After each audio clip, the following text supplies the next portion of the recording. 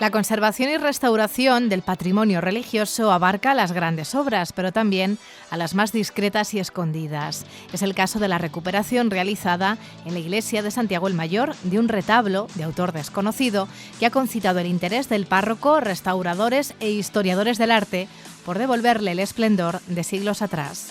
Al estar formado por 3 módulos, la unión de los brazos está totalmente destrozada por hongos de la madera.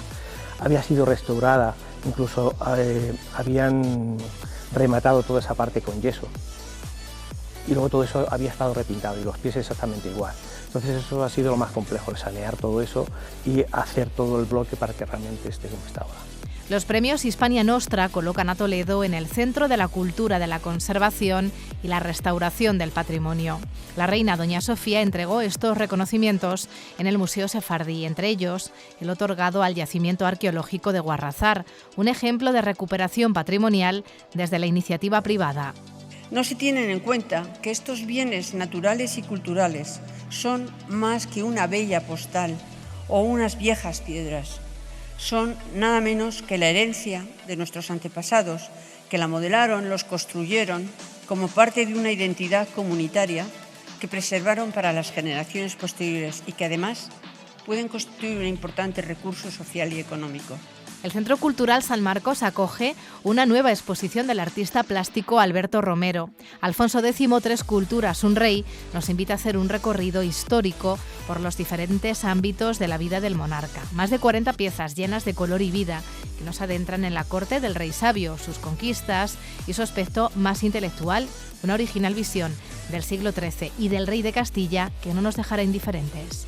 Soy escultor, pero toda mi obra de pared es una obra textural, es una obra muy matérica, es una obra de técnica mixta, sobre soporte de madera, no trabajo sobre soporte.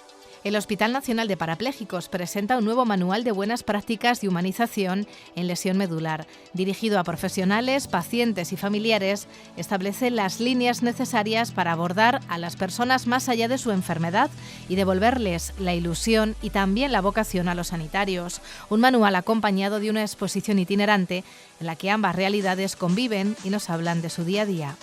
En 2 días te quedas paralizada completamente. Eso ya te hace tener la sensibilidad a flor de piel, te hace sentirte muy vulnerable y cualquier gesto, cualquier palabra, cualquier conversación que no se salga un poco de tono te afecta más, evidentemente, que cuando tú estás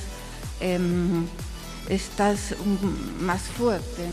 El consorcio se suma al 8º centenario de Alfonso X y abrirá de nuevo el Salón Rico a las visitas. Los trabajos en altura de las yeserías ya han finalizado y trasladarán al visitante al ambiente de esa época.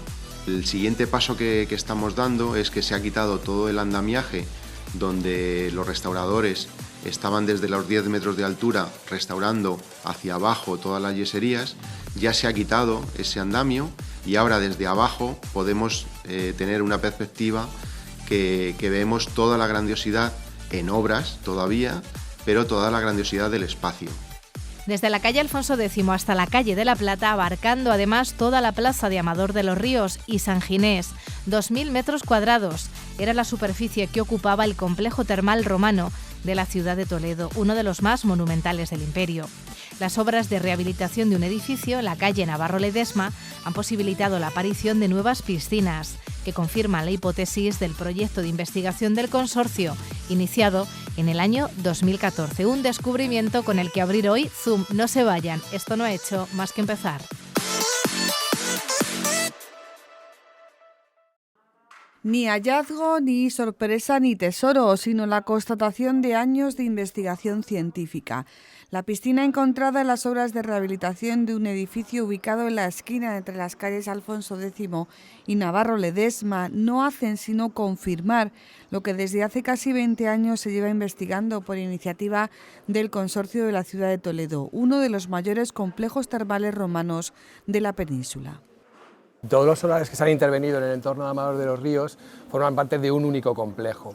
Es un complejo totalmente ortogonal, esto quiere decir que está tirado, es un complejo realizado mediante ingeniería, con muros totalmente rectos, entonces es fácil hacerse una idea, aunque sea, digamos, a partir de diversos fragmentos de este complejo, de qué nos vamos a encontrar en una zona en concreto, y se está cumpliendo, ¿no? Lo que estamos viendo en este solar más o menos confirma las ideas que teníamos sobre las dimensiones y sobre las características de este complejo. A comienzos del año 2000, el consorcio decidió abordar el estudio y valorización de unos restos balneares romanos que aparecieron en el número 5 de la Plaza de Amador de los Ríos, el año 1986. En el año 2003 se creó el Museo de las Termas y desde entonces las investigaciones y excavaciones han confirmado lo que los arqueólogos como Carmelo Fernández Calvo han ido planteando. Un complejo termal que abarcaría desde la calle Alfonso X, cogiendo toda la Plaza de Amador de los Ríos, la calle San Ginés, donde están las conocidas como Cuevas de Hércules, y que terminaría en el entorno de la calle de la Plata. Hacia el sector de la calle de la Plata, ¿no? En esa zona estaría supuestamente una zona de palestra, una zona de ejercicios gimnásticos, digamos que es como una especie de gran recibidor del complejo, ¿no? Eso estaría como hacia allá, hacia la Plata. En esta zona, por ejemplo, de Amador de los Ríos, lo que parece que es una zona de piscina bastante grande, ¿no? Y luego nos iríamos efectivamente hasta la cabecera, más o menos por donde están los restos de Hacienda, que por cierto esos restos se encontraron en el siglo XVIII. A lo largo de estas casi 2 décadas de investigaciones se han ido constatando estas hipótesis gracias a las excavaciones realizadas, donde se han encontrado restos importantes. Famoso es el sátiro danzante, esculpido en mármol griego, encontrado también en la Plaza Amador de los Ríos. Estamos ante un complejo fundado a mediados del siglo II después de Cristo, que nos habla de la importancia de Toledo en ese momento. Del estudio de los materiales arquitectónicos recuperados se han encontrado fragmentos cerámicos de fichas de juego, así como restos de revestimiento de mármol en pisos y paredes. Se deduce que todo el conjunto era monumental. Claro, y ahora estamos viendo que Toledo sí que se inserta muy bien en la dinámica de esplendor económico que hubo hacia el siglo II, ¿no? En ese sentido, el Toledo romano era escasísimamente conocido hasta que empezaron las investigaciones sobre todo este complejo. Y esto nos va a dar una perspectiva del mundo antiguo de Toledo que no teníamos, ¿no? Es un paso más lo que estamos haciendo ahora, excavar uno de los solares donde se encuentra este complejo, pero yo pienso que con el futuro pues, este complejo puede servir un poco como muestreo de lo que sería una ciudad bastante considerable, ¿no? De una entidad considerable hace 2000 años. Las termas romanas eran lugares para el aseo, pero también para las relaciones sociales, el juego o los negocios. Esta piscina se encuentra a 3,5 metros de profundidad desde la cota actual. Por debajo de ellas transcurrían las galerías en las que trabajaba todo el personal que se encargaba del mantenimiento de estas grandes termas públicas.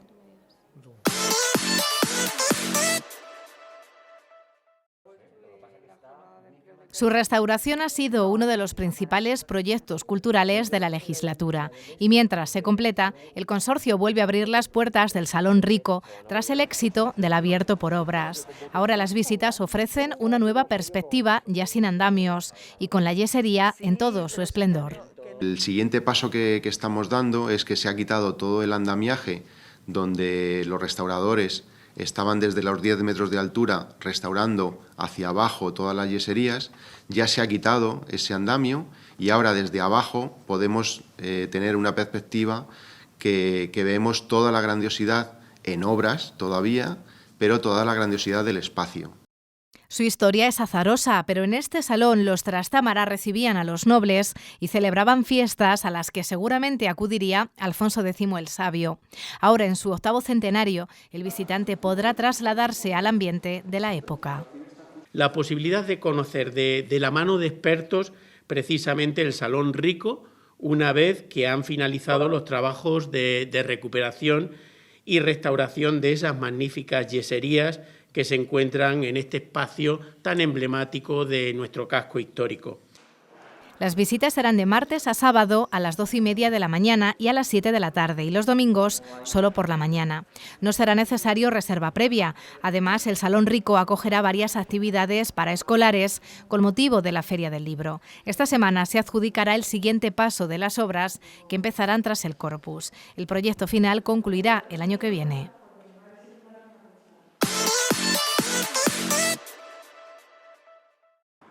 Ubicada junto a la Puerta de Bisagra, en el barrio del Arrabal, la iglesia de Santiago el Mayor es el conjunto mudéjar más imponente de Toledo, por sus grandes dimensiones y líneas puras, construida en ladrillo y mampostería encintada del siglo XIII.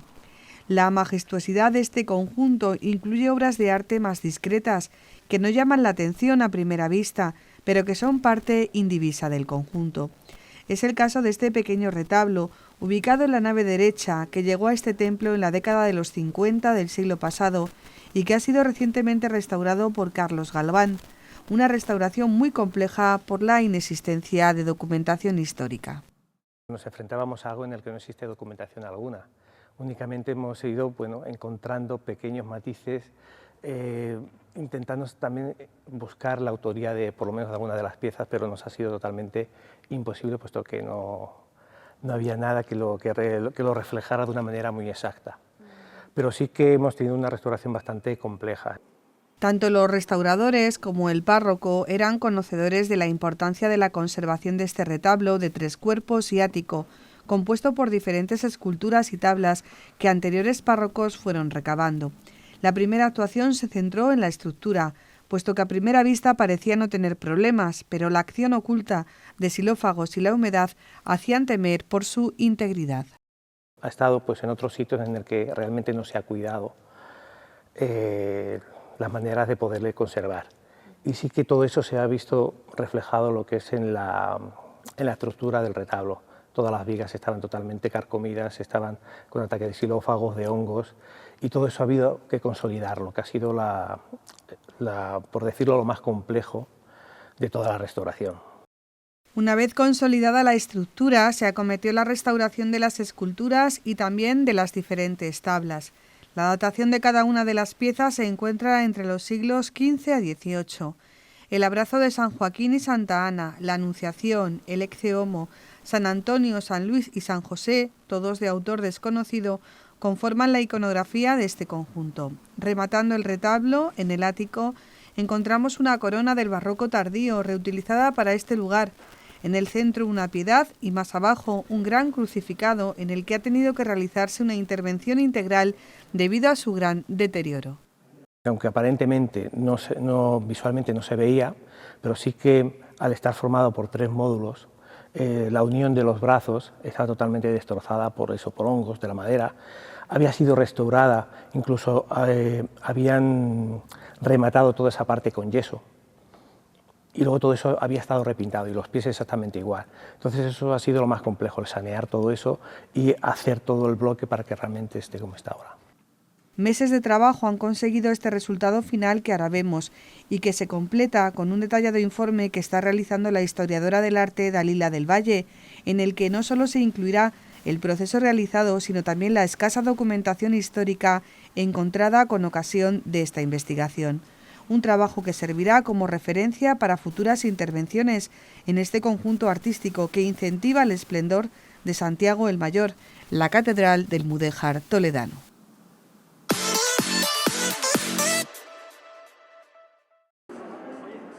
Abrir los ojos un día y descubrir que ya no eres la misma persona de siempre. Un accidente o una enfermedad te han postrado en una silla de ruedas o te ha inmovilizado por completo y tienes que seguir adelante, recuperar tu vida lo antes posible, sin perderte por el camino. Situaciones todas que no piden tu compasión, sino tu apoyo y comprensión. Que en 2 días te quedas paralizada completamente. Eso ya te hace tener la sensibilidad a flor de piel, te hace sentirte muy vulnerable y cualquier gesto, cualquier palabra, cualquier conversación que no se salga un poco de tono te afecta más, evidentemente, que cuando tú estás más fuerte, ¿no? Se trata de humanidad, de humanizar el trato con los pacientes y ver más allá de la enfermedad o de la lesión medular. Una actitud muy necesaria, no solo a la hora de trabajar y que a veces es necesario que nos recuerden. Por ello, el Hospital Nacional de Parapléjicos, en colaboración con la empresa Hollister y el proyecto Humanizando los Cuidados Intensivos, han publicado un manual gratuito de buenas prácticas. Medidas orientadas a apoyar y a integrar a los propios familiares en los cuidados de los pacientes. Medidas para mejorar la comunicación tanto con los pacientes, sus familias, como con los propios profesionales. Medidas también orientadas, y este punto es especialmente relevante, a cuidar a los profesionales, porque si nadie nos cuida, difícilmente podremos nosotros cuidar de las personas que requieren esos cuidados. Porque el profesional sanitario sufre y mucho el síndrome de desgaste y necesita también ser cuidado. Su atención es primordial y recíproca. Su relación con el paciente es básica para la supervivencia de ambos y, como tal, debe ser tratado. Un manual que además viene acompañado de una exposición itinerante. Más humanos que nunca, más allá de la lesión medular. Se expondrá en el hall del hospital hasta el 20 de mayo y nos muestra el día a día de 15 protagonistas, de su dolor y sus necesidades, pero también de sus alegrías y sus logros. De aquí pasará por todos los centros de atención medular de España.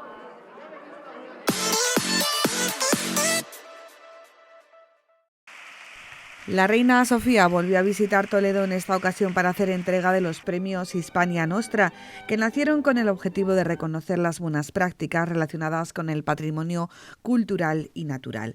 No se podía haber elegido entorno mejor que Toledo, y concretamente el Museo Sefardí, aunque la ciudad como tal no recibió ningún galardón. Sí hubo premio para la intervención en el yacimiento arqueológico de Guarrazar, una iniciativa privada impulsada por el arqueólogo Juan Manuel Rojas, que fue puesta como el resto de los proyectos premiados como ejemplo de la combinación entre conservación y difusión del patrimonio con rentabilidad. La presidenta de Hispania Nostra destacaba la necesidad de defender el patrimonio también como apuesta por el desarrollo económico. No se tienen en cuenta que estos bienes naturales y culturales son más que una bella postal o unas viejas piedras. Son nada menos que la herencia de nuestros antepasados, que la modelaron, los construyeron como parte de una identidad comunitaria que preservaron para las generaciones posteriores y que además pueden constituir un importante recurso social y económico.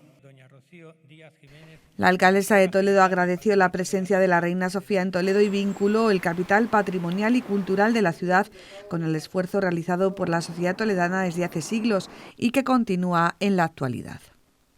Este esfuerzo colectivo que se ha redoblado en los últimos años ha permitido aumentar nuestro patrimonio, sacando además a la luz nuevos descubrimientos, nuevos hallazgos, nuevos vestigios y con ello nuevos indicios para conocer nuestro pasado mejor.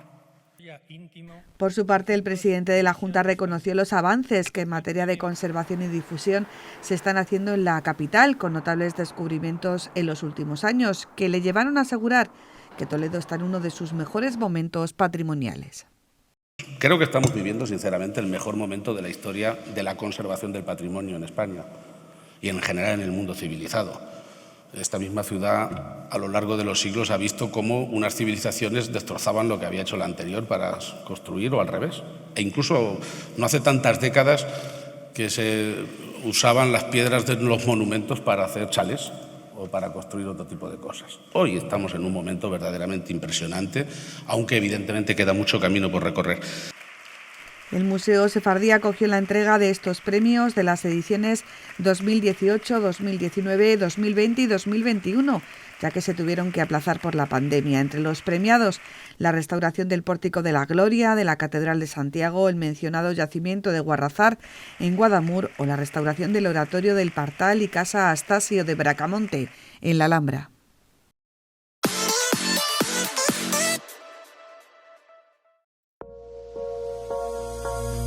Echábamos en falta las visitas de los colegios a nuestros estudios. 2 años de pandemia han impedido una actividad que complementa las clases y que ha llenado de vida en otras ocasiones el trabajo de los compañeros de Radio Televisión Diocesana. Hoy ha sido el turno de los estudiantes de primero de bachillerato del Instituto Enrique de Arfe de Villacañas, y algunos de ellos nos han acompañado incluso en el programa Voces Amigas. Paula nos ha hablado de sus tradiciones, como la fiesta del Cristo de la Viga. Desde ese momento, todos los años, el 1 de mayo, se celebra este día y es un día grandísimo en Villacañas. Todo el mundo lo conoce, todo el mundo va a verlo y pues los danzantes y la porra, cada uno con sus vestimentas características, danzan y dicen unos dichos agradeciendo a Cristo, cada uno lo que le quiere agradecer y pues recordando aquel día. De él, del sacerdote Alberto Ramos, ha partido la propuesta de dejar las clases aparcadas al menos un día para visitar Toledo. Yo cuando llegué allí, que tengo que decirlo, se me pusieron los pelos de punta, ¿sí? Porque hay un momento de la entrada del Cristo a la iglesia, que está la iglesia a reventar de gente. O sea, no cabe un alfiler, es impresionante. Y todos emocionados, con gritos al Cristo, ¿no? De vivas y sobre todo la emoción de la gente, la devoción, la fe. Y de cómo han celebrado la Semana Santa después de 2 años de pandemia. Y tanto villacañeros como personas que vienen de otras localidades para ver la Semana Santa, porque es que las procesiones destacan mucho por las imágenes que se sacan, las bandas de los tambores, las cornetas, es que es muy bonito. De la ilusión de Irene por ir volviendo a la normalidad, a la de Lucía por los planes que les esperan. Y este año, ya por fin que podemos ir, está planificado, vamos a ir a Roma. ¡Ay, qué bien! Y es que tenemos mucha ilusión por ir, no sé, esperemos que podamos ir por fin. Un día diferente a las clases en el instituto para poder contar en casa después cómo es estar detrás de una cámara de televisión y cómo es hablar a través de estos micrófonos. Después de conocer de cerca a los entresijos de estos 2 medios de comunicación, quizás más de uno haya tomado la decisión hoy de dedicarse al periodismo.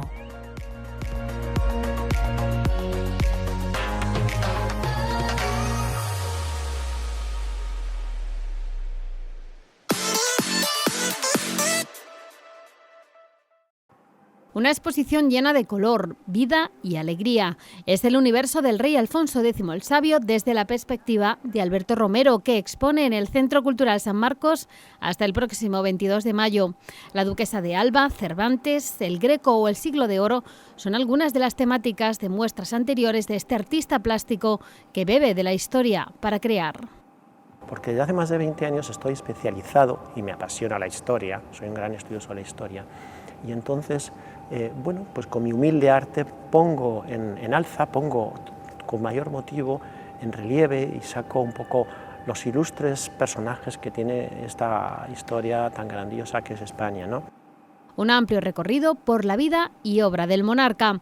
Alberto Romero explora diferentes aspectos de la vida del rey, como su pasión por la astrología y la astronomía, también las cántigas y la escuela de traductores, su relación con las 3 culturas y la corte del rey sabio y su familia. Casi 50 piezas elaboradas con técnicas mixtas, en las que los volúmenes aportan fuerza y la naturaleza se convierte en protagonista.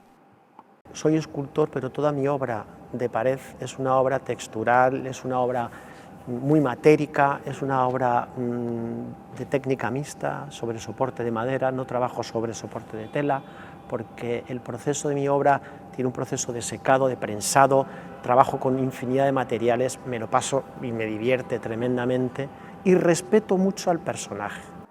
Un estilo propio y muy característico que lo hace inconfundible al espectador. Una exposición para conmemorar el 8º centenario del nacimiento de un rey poco conocido en España y que tanto aportó al conocimiento y conquista de nuestro país. 4 años le ha costado de trabajo que ahora se ven recompensados. La musa es la historia de España, la musa es el reinado apasionado del rey Alfonso X el Sabio y toda su corte, y realmente sí, cuando inicio un proyecto sí es cierto que tengo una máxima concentración. Soy un artista, me considero muy atípico, muy serio y muy formal en la disciplina laboral, en el cual dicen que los artistas trabajan de noche, tienen un horario muy desigual, pues por eso, te reitero, soy atípico. Una muestra itinerante que pasará por diferentes ciudades alfonsíes. Su próxima parada, Granada. La siguiente, el Convento de la Merced de Ciudad Real. Las siguientes pueden ser Murcia o Sevilla. Pero la mente inquieta del artista nunca cesa. En su cabeza, la próxima efeméride que tendrá lugar en el año 2026, el 8º centenario de la construcción de la Catedral de Toledo, primada de España.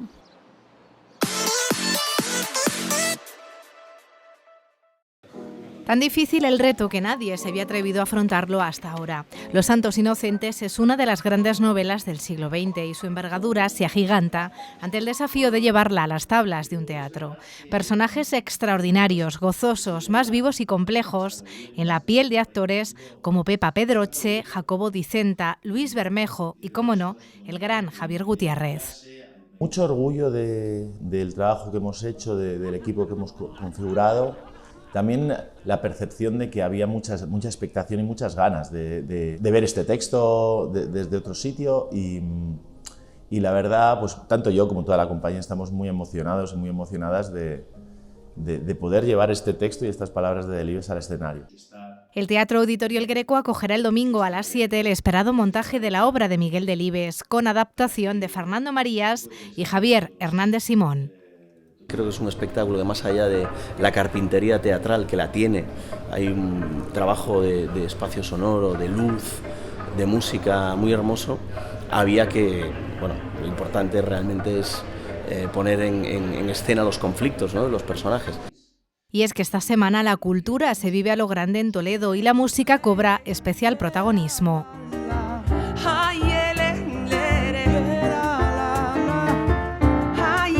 30 años han pasado desde que Carmen París empezara a subirse a los escenarios profesionales aragoneses.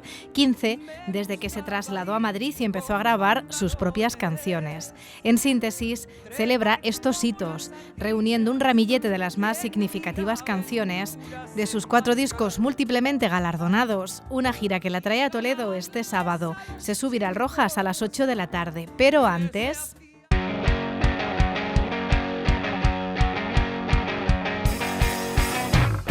En la Sala El Cafetín, dentro del ciclo hecho en Toledo, el jueves a las 8 llegan los toledanos Mauri Band. Son Mauricio Morante a la voz y a la guitarra, Miguel Martínez al bajo y Manuel Pérez a la batería, y nos presentarán su concierto Electric and Acoustic Songs.